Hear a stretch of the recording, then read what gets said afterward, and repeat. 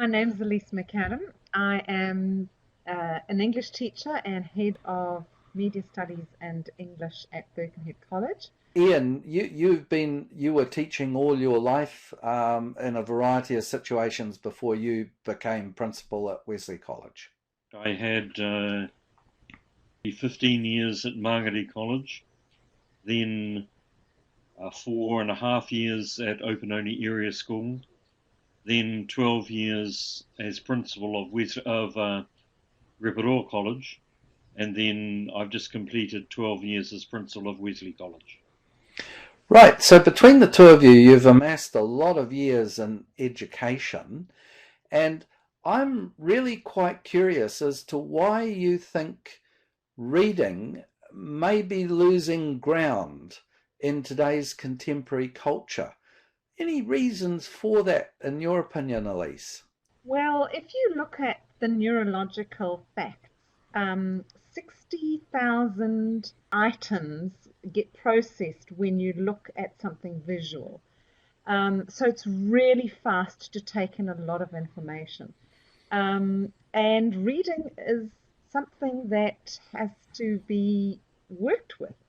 It's cognitive heavy lifting. It's like going to the gym and, putting some heavy weights on that bar and doing it. And humans are lazy, so we rather choose what gives us the maximum delivery for the minimum effort.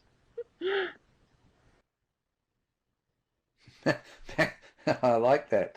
Ian, have you got any thoughts on that same issue? Why do you think we're losing a little bit in terms of reading?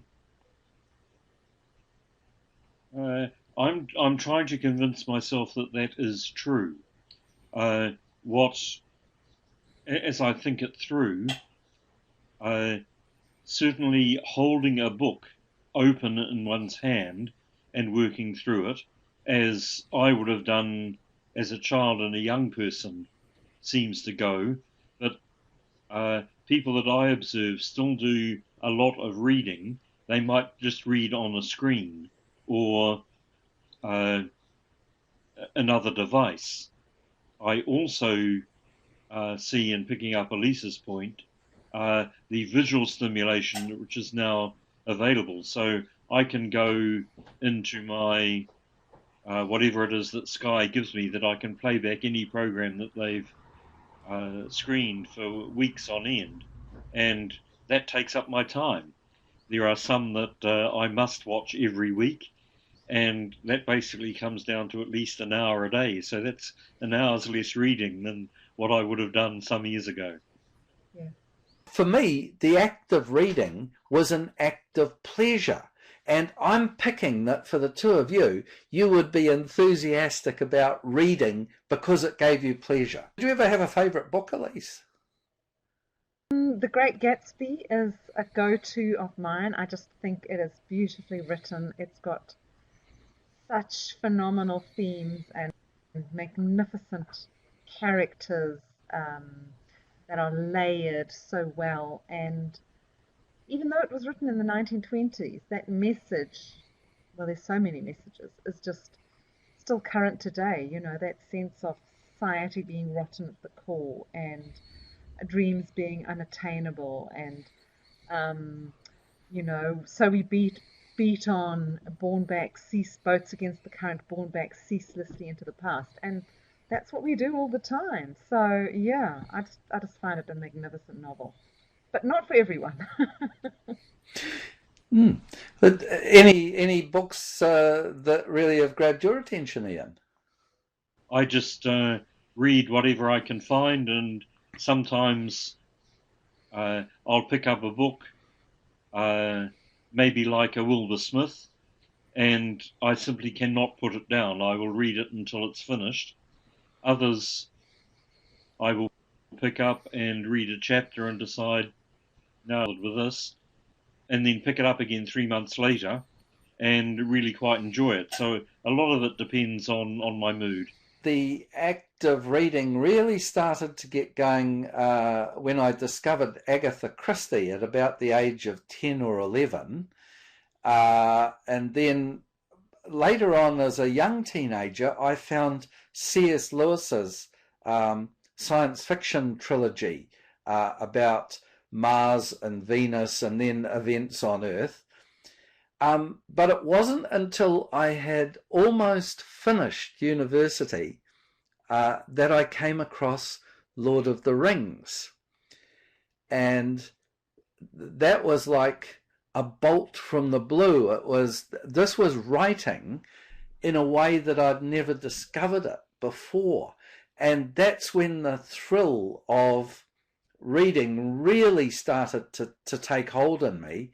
And I read The Lord of the Rings, and then I went back and immediately read it again. And so that was a key kind of book. What it did for my reading habits later on, I think it actually forced me to realize that reading required an active imagination on my part. And so when I was reading, I had to participate with the author. I'm wondering whether you think that in today's day and age, with the ability of social media through things like Facebook, but particularly for me, for Kiwi Connection, whether you think this ability of the reader to be able to respond to the writer so quickly has actually helped the act of reading. It's a much more collaborative affair now. Well, I think that only applies to a certain sort of reading. I think if you're talking about something like novels, which is still your traditional paper-based published reading, I don't think that that's necessarily the case. Perhaps blog posts or things like Goodreads or Amazon feedback can give the author some sort of indication, but it's more sort of after the fact. It's already published, the commitment has already been made. So it very much depends on what the format is, I think, as to how much assistance it can be. Do kids get sort of turned on to social media because of that ability to get quite instant feedback and recognition? Yes, but I don't necessarily feel that it's reading anything that's got any substance. It's the kind of everyday conversational stuff, I think, that is generally just chatted about verbally. I don't see a lot of social media having a lot of depth. So the question of aesthetic is really quite critical to this whole area, I think particularly in fiction. There is an aesthetic for writing non-fictional works, but when you get into something like Great Gatsby or War and Peace or something like that, the quality of the fiction has to, in a sense, go up a level to be able to attract people into this world of very big ideas that are being explored, whether it's human emotions, the drama across, it could be war, could be peace, whatever. And I'm really a bit worried that in the internet age, we're losing our aesthetic sense, the ability to judge well. I'll come to you on this first, Elise. Any comments about that? Well, one of the things that I often encounter with students is that they feel that fiction is made up, and because it's made up, it's a waste of time. And so I tend to say to them, let's step away from the whole discussion around books and take something like ice cream, for instance. You could say, well, if you're watching what you're eating, that's a waste of calories. But you like doing it, so you're going to actually do it. And it's consuming what you actually really like and what gives you pleasure. And very often it's going to deliver the greatest amount of pleasure to actually get into something that's made up, because it takes you into a different world. It allows you to live vicariously.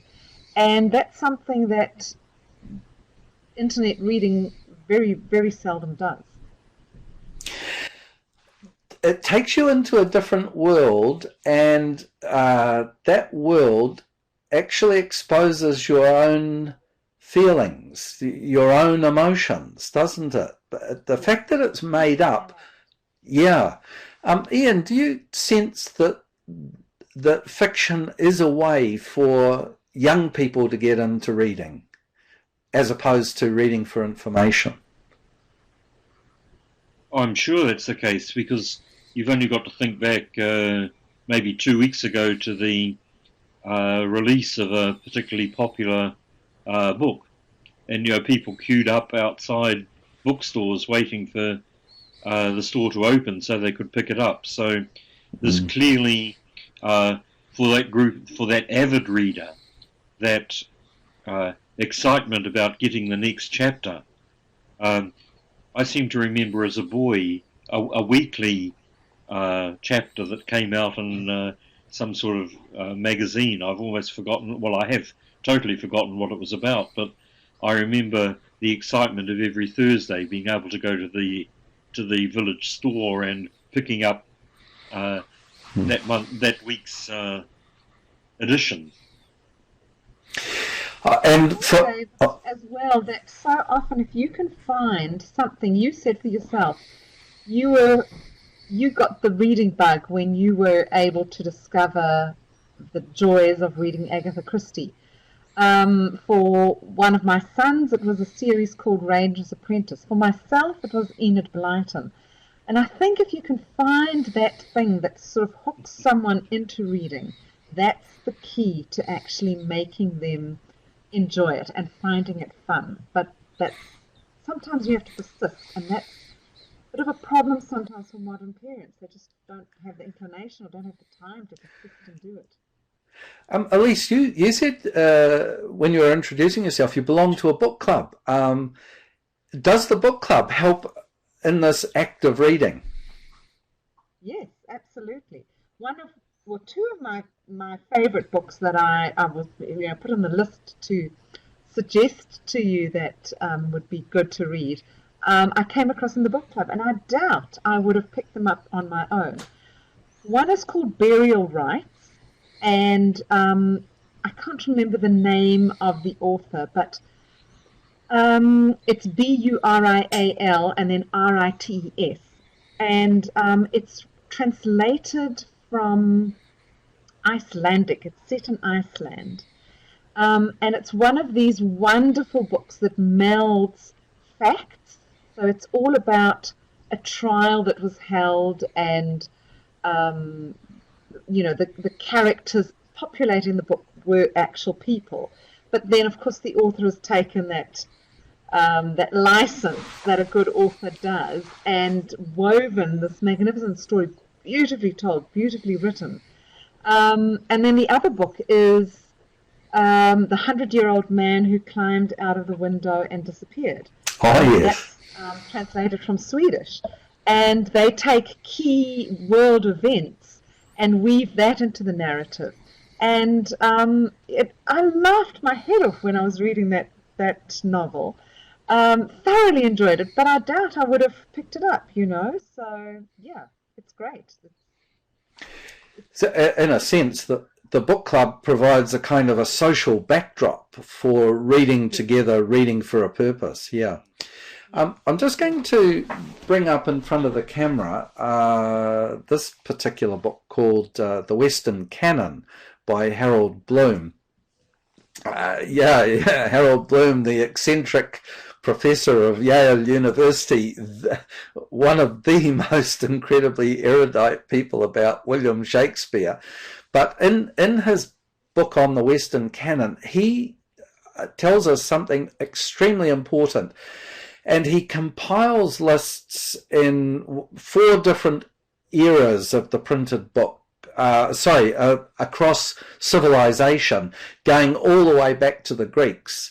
And he says these are the books that hopefully, and educated person will read over the course of a lifetime.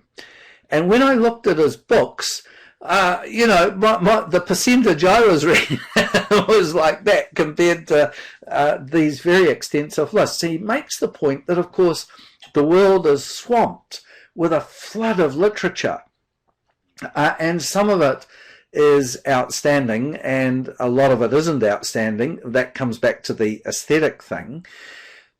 But he does feel it's sort of like the book club on a grand scale, that the Western canon is a set of literature that everyone ought to aspire to read so that they have some things in common that they can discuss.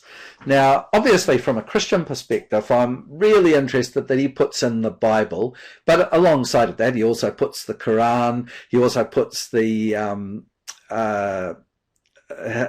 Hindu sacred scriptures, and so on. But his plea is that the canon is disappearing because the flood of literature is now just so immense. And this is why I think the idea of the book club, and particularly when we're talking about young people at school, the English teachers or the teachers in general are guiding them to read certain books that will be helpful for the rest of their lives. Do both of you from a teaching background feel that that's important? I wonder whether the selection of books for students to read at secondary school level is designed to expand their horizons, or whether it is designed because these are approved works which can then be used for assessment purposes. The current teacher might like to comment on that. Yeah, I think part of the problem is we're having to serve many masters, and so you have to get good results. You have to be able to ensure that the books that you teach are accessible to your students' life experience, and at the same time you're trying to enrich them and offer them that vicarious experience. You're trying to give them a nod towards the sorts of things that they might not necessarily choose to pick up themselves, like I was talking about with book club. And I think the essential difference perhaps between a book and a film that I've really noticed is that with a book you've got this shared ideology that you can bond over, whereas with a film, people can watch a film and say that they really like it, but actually what they really enjoyed was a particular actor's performance because they really like that actor. Or they like a cinematographer and they really appreciated the lighting and the composition of the shots and the framing. And so I think books, as Harold Bloom said, offer that particular chance to sort of develop that shared sense of some special spark that's gone off in both persons' minds. One of the books that would be in the canon is Steinbeck's Of Mice and Men, which I teach at year 11. And the number of students who, from such a wide range of social backgrounds, and then the number of people that you meet as adults who still remember that book and the impact that it made on them, means that there's still a case to be made for some of these classics to be taught, rather than just teaching a short story, because that you get through quickly and easily, and you don't have as many stresses and strains of getting. I'm really interested in this idea that you're starting to draw out now, some of the parallels and also some of the differences between reading a book and watching a movie. The act of watching a movie, which Elise and I have discussed at length a couple of broadcasts ago, it involves, in many respects, far more of our whole being compared to reading a book. Reading a book is a kind of very specialist activity. And of course, there are a lot of people that can't read. One of the people that are watching noted that as you get older, your eyesight diminishes. The actual physical act, you might have macular degeneration. There are the people that are dyslexic that find it really hard to work with the printed word. There are those that couldn't read, were never able to read. So in a sense, the act of reading it's got some, I'm not going to say it's got some exclusion criteria, but if you can read, you are in a different category than if you can't read. And this question of literacy, I think, is a major, major issue in the world today. And that's why I think reading for pleasure is something that has to be, it's inculcated into the young as much as we can possibly do it. By the time they get to secondary school, I suspect that the switch has either been set on or off. Yeah.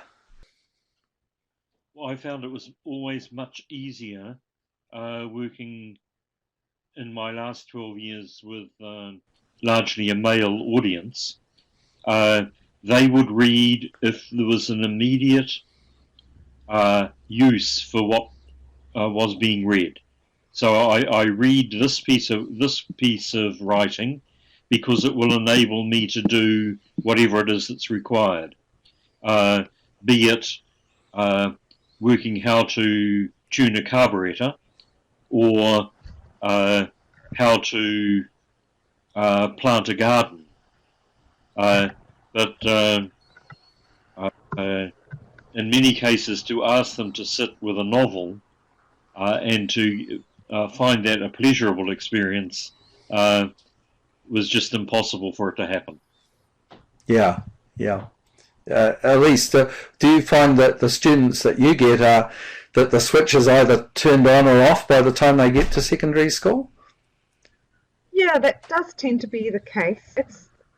No case is ever, completely hopeless. We always keep trying, keep suggesting ways that people can access reading.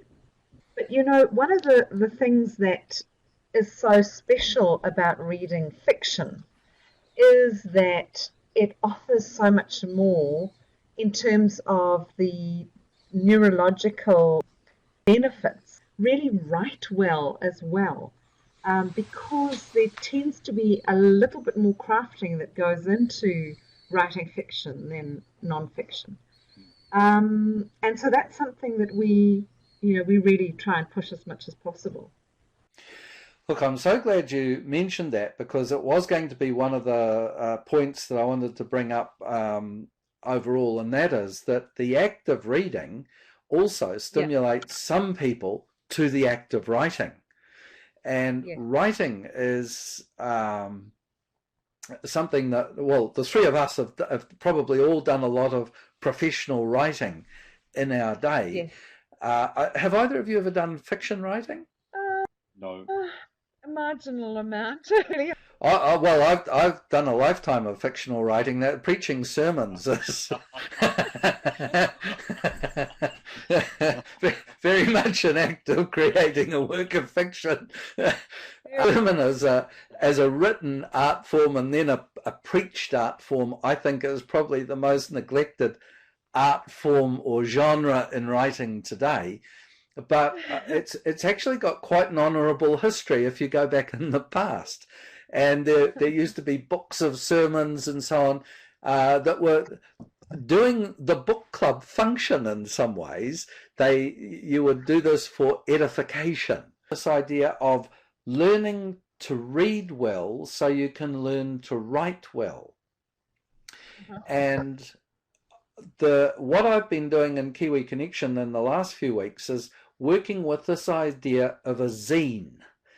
Now, the zine concept was new to me a few months ago, introduced me to it. And zine, of course, has been around since the 1960s, unbeknown to me, and it was like a little comic strip kind of form to begin with.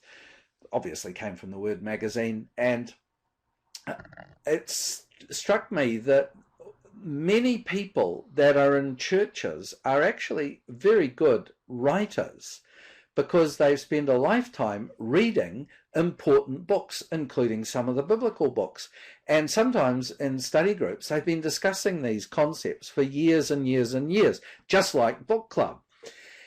And the zine might be a way of assisting a creative process to occur where we take just a snatch of an author's work and we put it, you know, I'm talking here 400 or 500 words, and we put it with some quite striking graphics, and we publish it into Facebook or Google Plus or whatever, and the links in the zine then take you back into the author's work in another setting, be it Kiwi Connection or Facebook or wherever.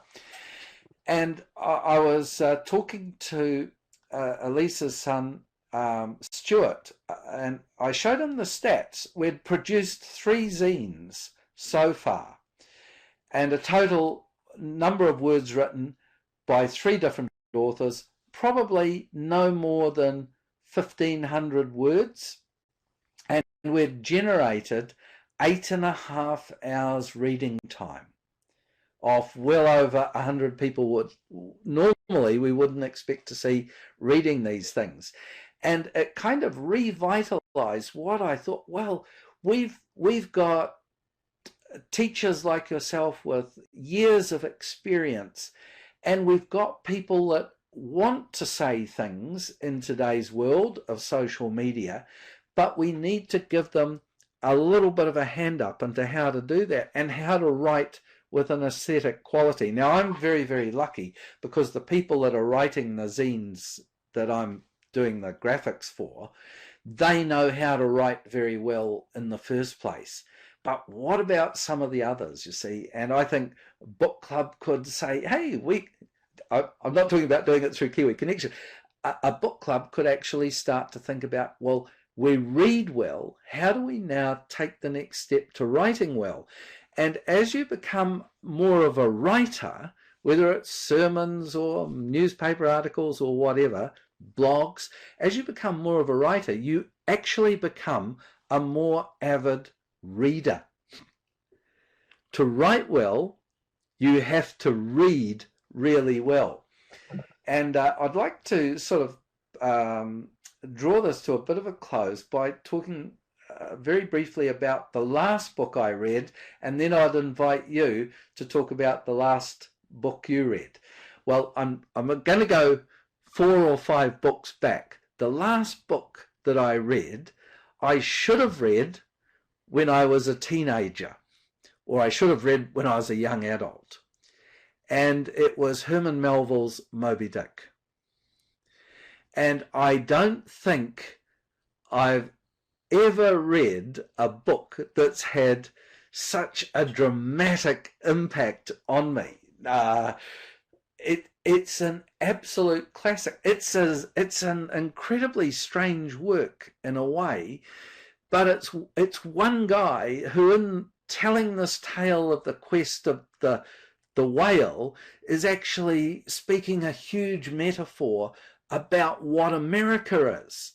And when I look at the presidential race today, when I don't know whether any of you saw the recent Billy Connolly show where he's on a train going through a journey in America, and he talked about the state of Arizona.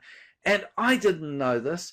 Arizona was still conducting wars against the native people in 1918. Isn't that incredible? So the North American Indian was still, in a sense, being colonized right through into the early 20th century. I did not know that. Well, what I'm getting at here is, as an old reader now, not as a young reader, a book can still, like Moby Dick, can still have a profound influence. Is there any book you've read in the last year or two that's really had a big impact on you? Quite a few. I'm struggling to actually pick one. I think probably I'm going to pick A Thousand Splendid Suns by Khaled Hosseini. Just because it deals with a period of time and an area of the world that is not very often explored or written about, and that's Afghanistan.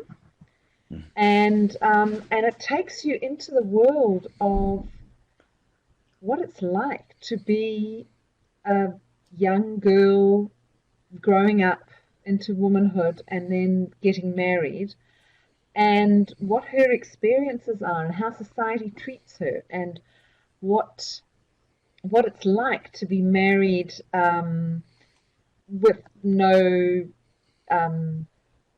ability to comment or choose or say anything about who you're going to spend the rest of your life with, and then ultimately how special and precious it is to find a special bond, a connection with someone in one of the least expected places, and that's within the polygamous family unit. I don't want to say too much to spoil it, but it's an absolutely magnificent novel, beautifully written and with a most potent narrative voice. Love it. That's great. Thank you, Elise. Okay, over to Ian, a book that's made a profound impact. I'm struggling to think of a work of fiction that has. Some works which have made a profound impact that are non-fiction would be the writings of Bishop John Spong, simply because in reading what he has written has expanded how I may think about Christianity and the Bible, and what it means, what those writings mean for us living in the 21st century. Yeah, Spong is one of those authors of the late 20th century that really did make a major impact on the religious world, on the Christian world, particularly in the States, where either they loved him or they loathed him. And when they loathed him, they were pretty jolly mean about it. Any final comments that you would like to make before we say goodnight for Live on Air tonight? I think one of the things that's for myself that I just love is a quote from Mark Twain. And he said something along the lines of, fiction is obliged to stick to possibilities, truth isn't. And I just love the way that, he's just making such a great ironic comment there. Yeah, that's a great quote, Elise. That's certainly one to keep at the back of the mind. Fantastic. Ian, any comment that you would like to say? I can't cap the quote. Wouldn't want to try to cap the quote.